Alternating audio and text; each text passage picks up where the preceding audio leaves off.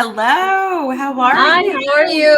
I'm Hold on, doing let good. me straighten this up. I'm on my Big Mac. I've been switching between devices. That's how the NFT world works. I have like four Yes. devices between this and that.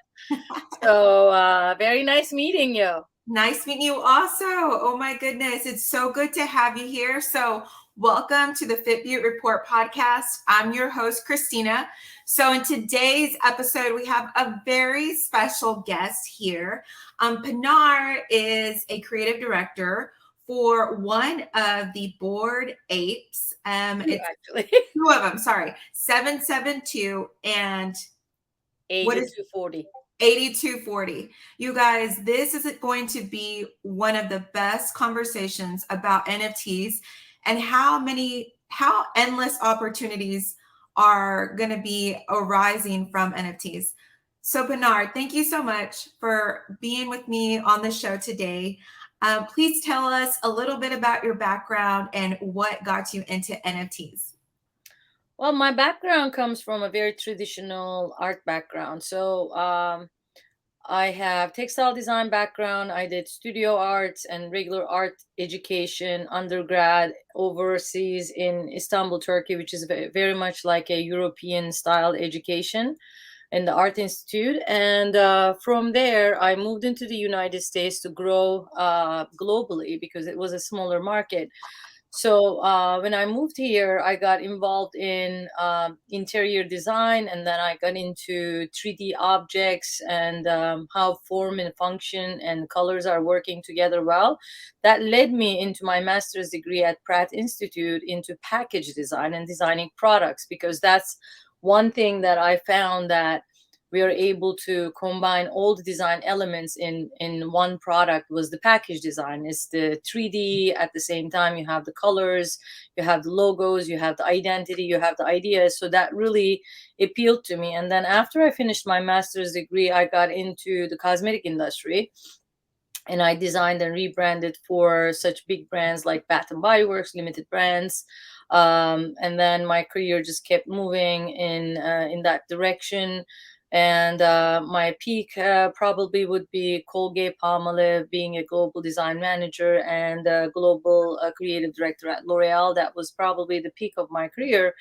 And I kept going on nurturing the creatives and working through these things. But right before the pandemic, I ended up changing a job, and I took a job at a being a design director, leading a design department. And then 4 days after I took the job, the pandemic happened.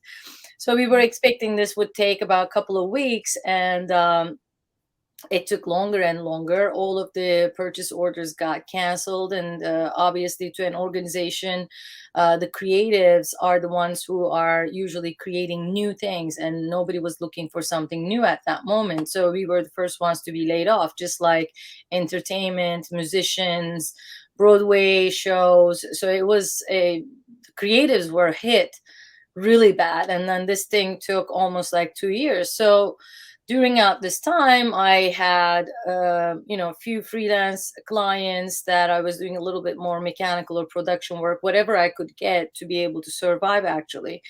And then in New York City, I met someone, and he just told me he's a Bored Ape. I was like, what does that mean? I have no idea. So it's like a lot of things. And he says, have you heard of NFTs? I'm like, is it something like cryptocurrency? Because years ago I was offered, when I designed the logo back in 2007 for a technology consultant, I was offered 2,000 Bitcoins to do this design for the logo.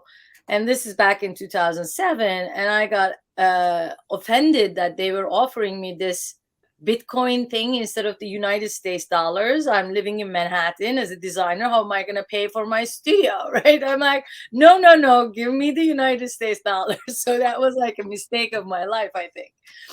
And I thought it was just a joke. Like, who would pay to someone on some sort of made up money? And it's like you can't touch anything, so what's the point? So Now hearing about NFTs, my first question was, is it something like crypto? And he's like, well, it's close, let me tell you. So that's when I heard about NFTs.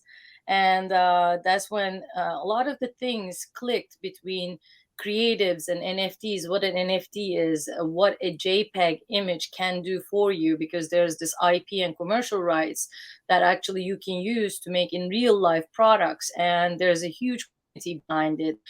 There is a network behind it, and it's on the blockchain. So now you have your global copyrights actually on the blockchain.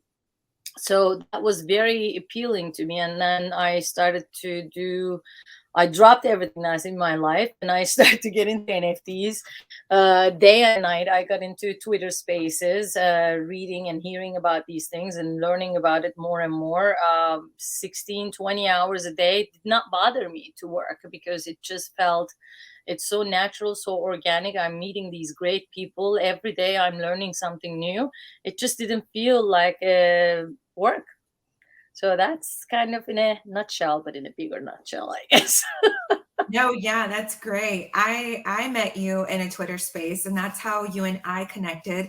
So yes, definitely. When I started to immerse myself in the world of NFTs, I, started joining the Twitter spaces.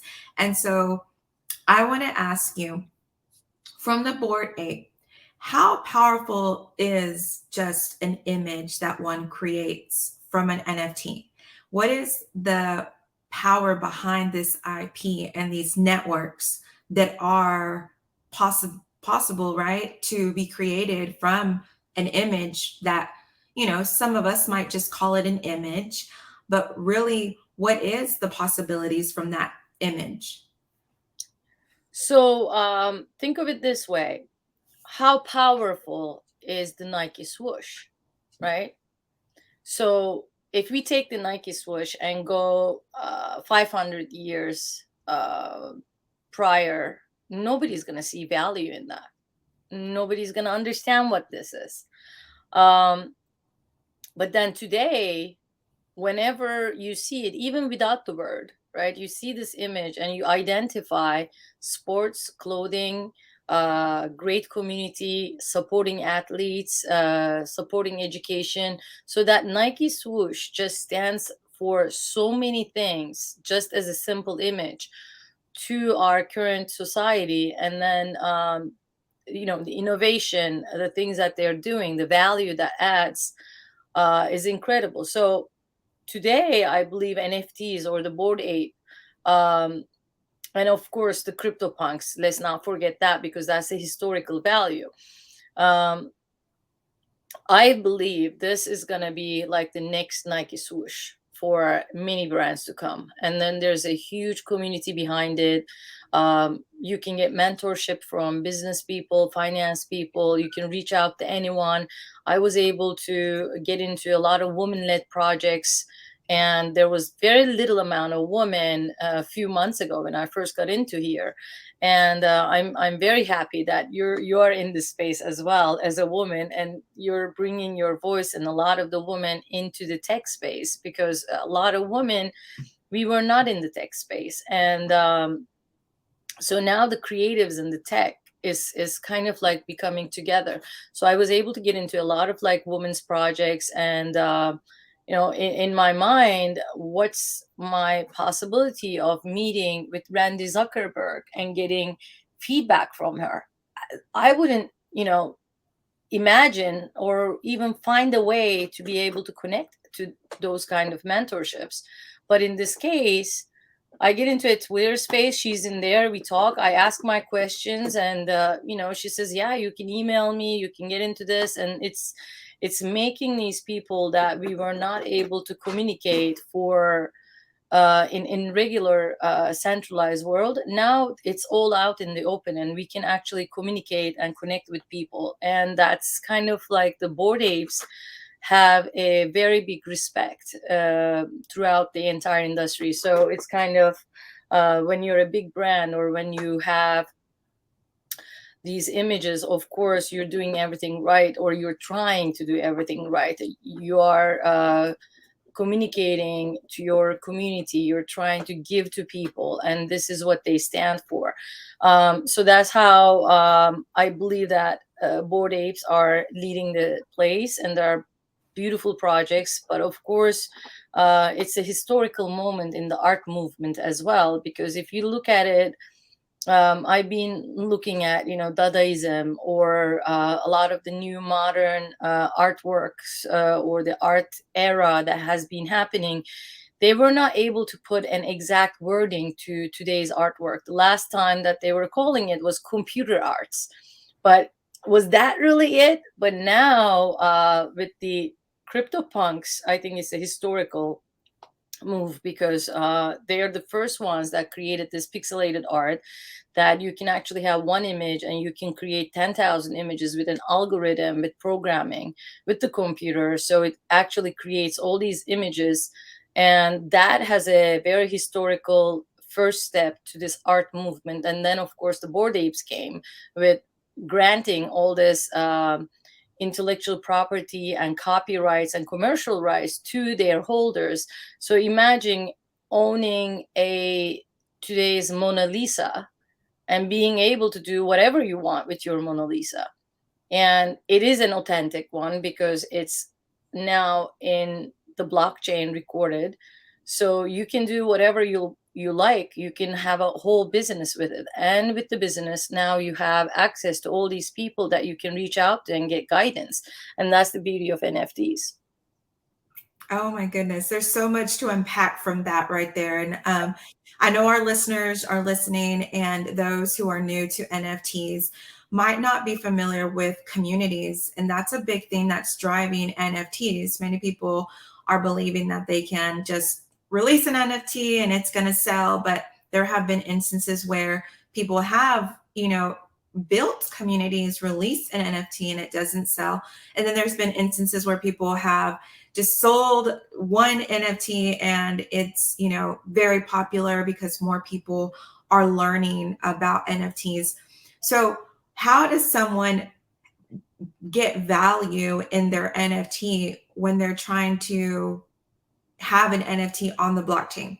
What is an example that you could share with us to tell us, like, what is the purpose of having our NFT be bought over and over again from people? Well, so the NFTs this is like a creator's economy. So as a creator, a lot of people may or may not know, but you have the copyright to whatever you create during your lifetime, and I believe 70 or 75 years after your death. So you can actually have even your family benefit from whatever you have created gets produced as a product, or whatever happens, you can get royalty fees on whatever you created. So let's say you created something for a small business, and let's say just a logo, right? And then that small business grew to be a $1 billion business. In the beginning, you may make very little amount of money as a creator and just collect your royalty fees, and it may just be maybe $10,000 per year or a few $100s per month. But then as the business grows, the value of that logo, just like the Nike swoosh, becomes more and more valuable to the company. And then they print that logo to each and every single product of their products. And with that, the value of the business grows. That means the creative starts getting more royalty fees deposited to their account, almost creating a passive income for the creative. So that way the creative can keep creating more, like without worrying about income. So they can keep creating more, keep doing more business. But on the blockchain, how it works is you create an NFT, and let's say this NFT was on first sale for $100, and there is a fee that OpenSea, as the store, if you think about it from a centralized world, they put a fee of 2.5% of that sale. And you can set up a creator fee from anywhere from 2% to up to 10% of that specific image. And everything is recorded on the blockchain. Like, almost think about it like an Excel sheet. You have line by line from where it went for how much money, and when it was sold again and again, and so forth. So as long as it lives on the blockchain, the creative can actually always get paid those royalty fees. So now let's say that image got sold for $100. So 10% of that is, what is it, $10, right? It doesn't sound like a big amount of money for the amount of work that you have done. But then if you think about it, some of these projects that I've got into, even since November, I got into a project called Boss Beauties, and got it for around $400, and today it's the value is over 2.5 ETH, which is today's ETH, I believe, is $2,600. The market has dropped, so but it's about four or $5,000. So that's a huge amount of return. So if you think about it, let's say this becomes $10,000, right, in few months. So from November till let's say April, in a few months, this gets sold for 10,000. Now that creative gets paid 10% of that $10,000. And then, let's say the person held that image with herself, or the owner or the investor to say, held it for a month, and then they sold it again for 12,000. Now the creator gets 10% off of that again. So all these start adding up, and then suddenly it creates a passive income for the creators, to be able to keep creating a passive income. Now that you have done something, you have these royalty fees constantly getting deposited into your bank account, and it's a beautiful thing. So it actually makes the creator constantly want to evolve, but invest into new equipment, new computers, if they want to buy paint, or let's say if it's a music, because NFT could be anything. Like, it could be a graphic image, it could be a painting, it could be a sketch that any person can do. It could be music, it could be poems, it could be anything that's even written. So it could be a beautiful word. So that's an NFT. So as the creator of that image, you will always get passive income deposited, so you can constantly create. That's the great thing about blockchain. And I feel like that's going to help so many artists, so many people who are, like you said, being an. I want to go back to what you had said earlier about the recession, or the pandemic, I meant. The pandemic, I don't know what it is, but it was something that the entire world got we hit. all felt it. Yes, we It did. made us the beauty of human beings. It made us get closer and love each other more, which is incredible, right? Absolutely. And I feel like it also, the creators and the creatives were the ones who were affected the most by the pandemic. I mean, there was nothing going on for us, and it was really hard for anything to, when I say us, I'm just referring to, people who are creative and like to come out, generate ideas and things. But it's also really nice to see how this NFT and the revolution of art and technology is actually putting the creator, the creatives in the forefront to forge this new technology, this new path that is going to become our future. So it's really neat to see how the pandemic affected us, hurt us kind of in a way as well. But then at the same time, it's like, okay, but let me just go ahead and just put you to the front, because now you really get to, benefit from what happened. And that is really amazing. Correct. And it's interesting, because this is just like the blockchain part of it is just one aspect, right? So now that you have that image in real life, you can take that image and you can create product lines, you can create a brand. So my background comes from brand building and packaging and building products and graphics, obviously. So within collaboration of the Bored Apes, I reached out to my network within the cosmetic industry, and one of my previous client was very interested in it, and it was a smaller indie brand, because a lot of the big brands, they have a lot of regulations, so they can't move as fast, and NFTs are as you know, it moves really fast.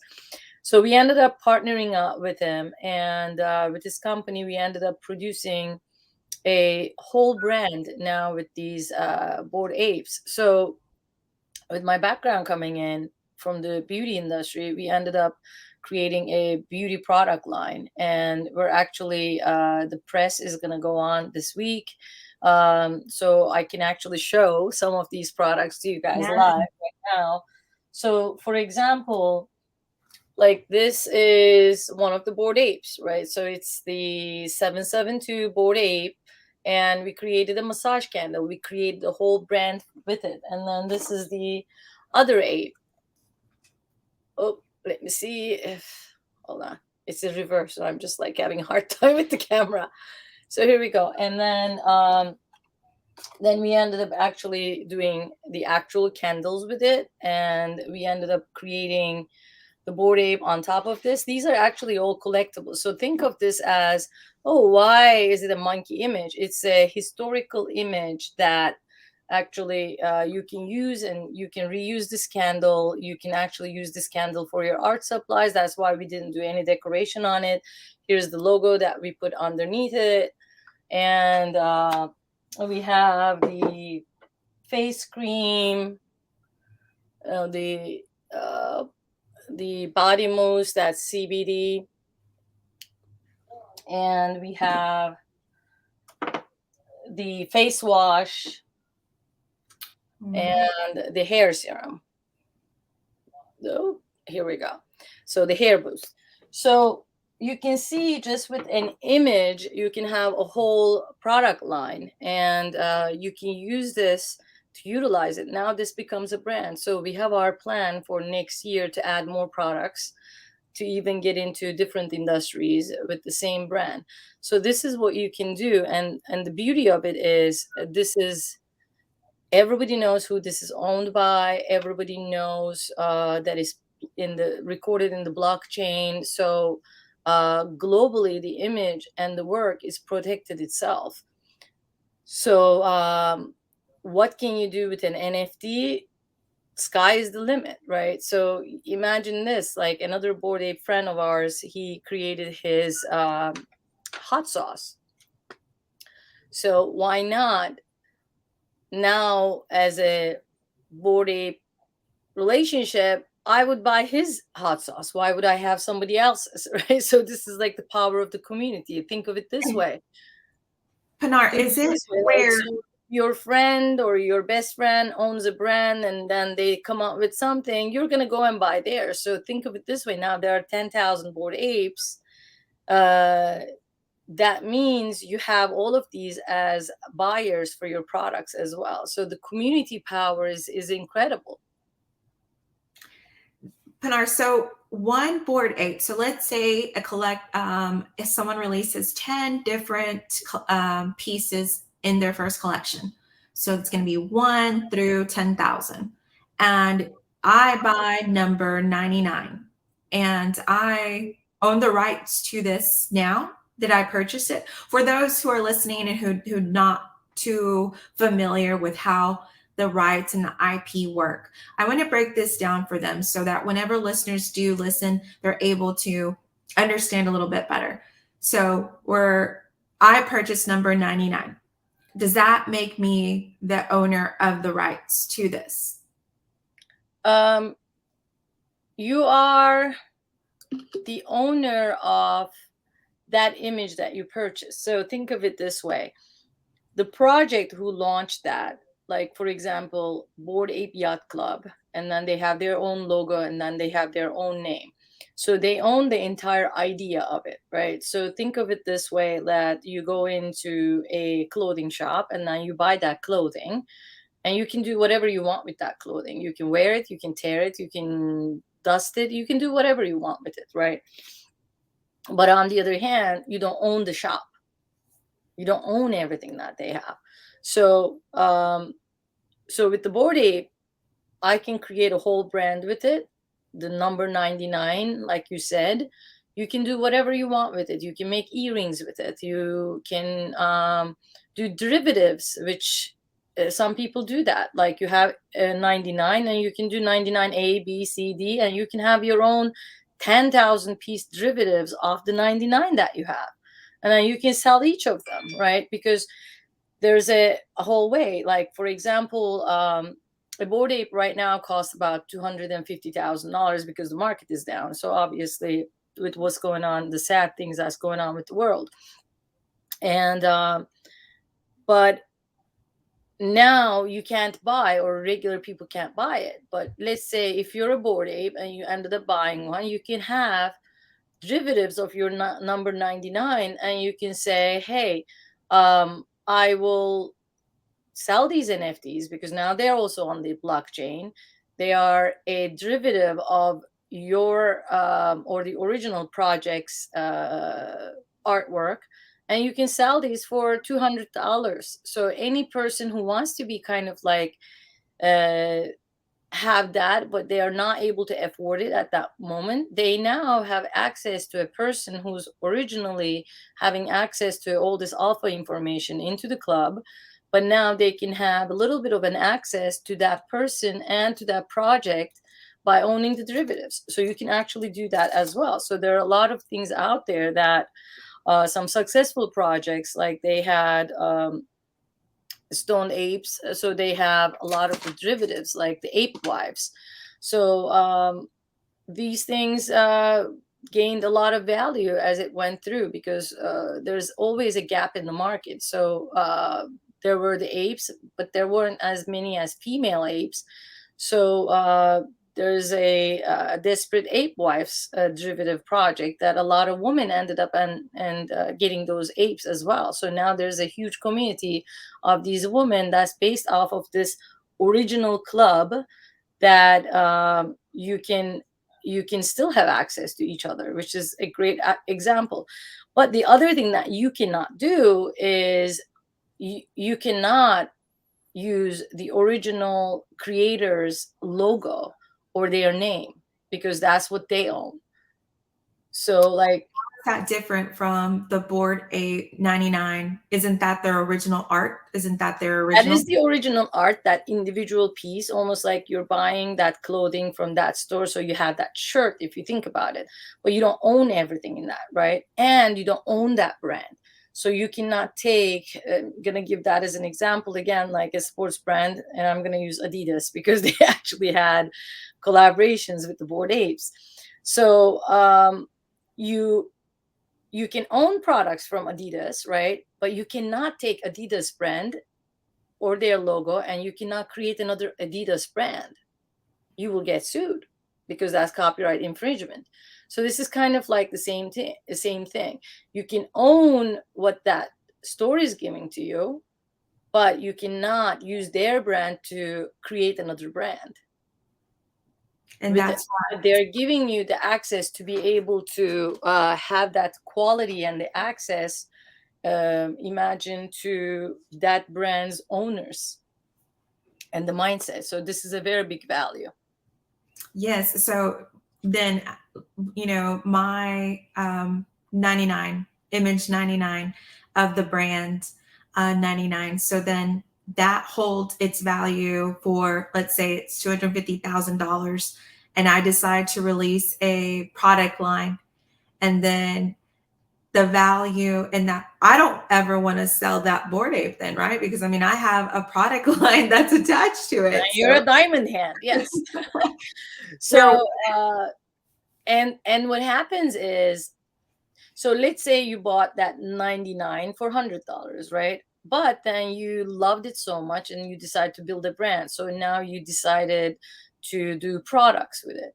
So now, almost like the swoosh example that I have given earlier, now you're adding value to your 99 because now you're doing actually other things and building a brand with it.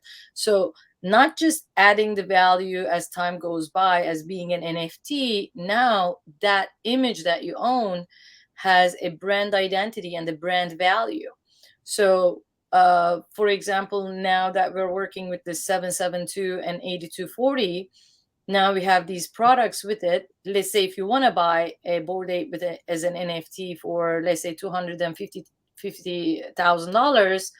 But now you're actually not just buying the ape as the NFT for 250,000, but you're actually buying that whole brand recognition with it. So that actually adds value to your existing NFT to be even higher in value, because now there's a real business proposition and the value that comes with that. So for example, which we are thinking to not ever sell it, but for example, if we decide to, which we are not, so don't even think about it, um, but we decide to sell the ape 8240, and what happens is now there's a brand built with it. The owner of that will own anything that comes with it. So now that I sold this, I cannot use that image for producing new products anymore. So all the products that have been produced gets transferred to the new owner, or the brand or whatever you created gets transferred to the new owner. Because once I get rid of this image, I have no rights. I have no commercial rights. I have no IP rights. I gave all of that away to the next person who purchased it. So I can no longer make products with that. I can no longer make the massage candles or any of that. So I stop that business. And then they can say, oh, there's already a value. People are buying these things. So I'll just go and create new candles. So that business keeps running in the back end for the person who now purchased as the second owner of this image. So this is kind of like when you take an NFT and when you start building a brand with it, the value of that NFT keeps going up as well, not just on the blockchain, but as also on the brand building side in the real world. So the actual collector who came out with Bored Ape Yacht Club, then once you come out with your collection, you're no longer, you're selling your IP rights. Then that's what we're doing on the blockchain. Is Correct. that right? So you're transferring your rights to the next owner. So the minute you transfer your rights, that's pretty much it. You cannot use that image anymore on clothing. You cannot do anything with it anymore. And let's say, for example, you did derivatives of that, right? So think of it as the mothership, and then you have all these little ones underneath it. So let's say you ended up having this image 99, and then you created 10,000 derivatives that looks like it, but each of them have different attributes. So let's say, and then you end up selling the mothership, the original 99. Now your derivatives don't mean anything. So whoever purchased those derivatives, it's going to get burned. It has no value because now the owner of that IP has been transferred to somebody else. So when you did the derivatives, now those derivatives don't mean anything. So that's why it's also very important when you get into a derivative project, or if you get into, or if you put your efforts growing a brand, think of it in the long term. So I got this 99, I really love it, but is my financial situation going to be okay for the next 10 years not to sell this? Because it's tempting. You know, you got this thing less than a year ago, you got it for $2,000, and now you can sell it for $300,000. That's a big temptation. Yeah. But is it worth it? So if you want to build a brand and if you want to build a business with it, it's better to hold on to it. But of course, if you're thinking that, okay, it's a return on investment, and now I can take that money and I can get into 5 different projects, maybe I'll do that. So a lot of the times, the mindset of buying an NFT and selling an NFT or holding on to it, it's really in the hands or in the mindset of the each investor. And I call them as investors because it's almost the NFT or getting into a community of a project. It's almost like you're investing into a startup company. So you are a shareholder. So in that case, you give that money, and then the community who has that money will come up with new products, new ideas. They may end up building games, and then some of these games, they do have play to earn benefits to it. So you play, and then there are tokens that gets deposited into your gaming, and you can actually turn these tokens into actual United States dollars and pay your bills with it. So it's pretty amazing. This is amazing. And this conversation has been so great. I mean, I feel like the value that we are providing here is, I mean, something that's really important. And then most people are not really talking about.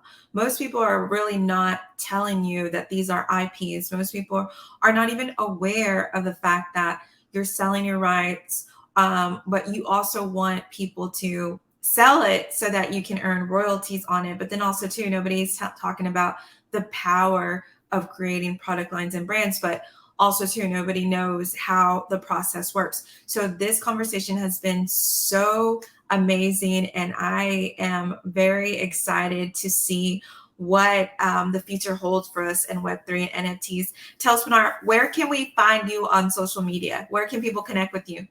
I put my name in here as the legal name, right? So when you have your real face and your real name and your real identity, they call it something that's called doxed. So I'm fully doxed right now, right?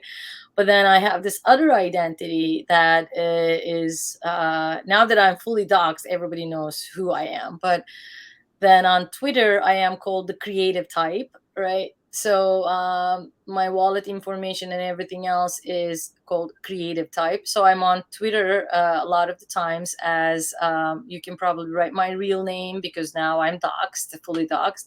But then you can also find me as the creative type. And in Web3, it's a Web3. So instead of the E's, I put the threes in there. There's like a whole programming language that goes around, and generic public will start seeing these different alphabets and different algorithms in sort of like passing into this new world eventually.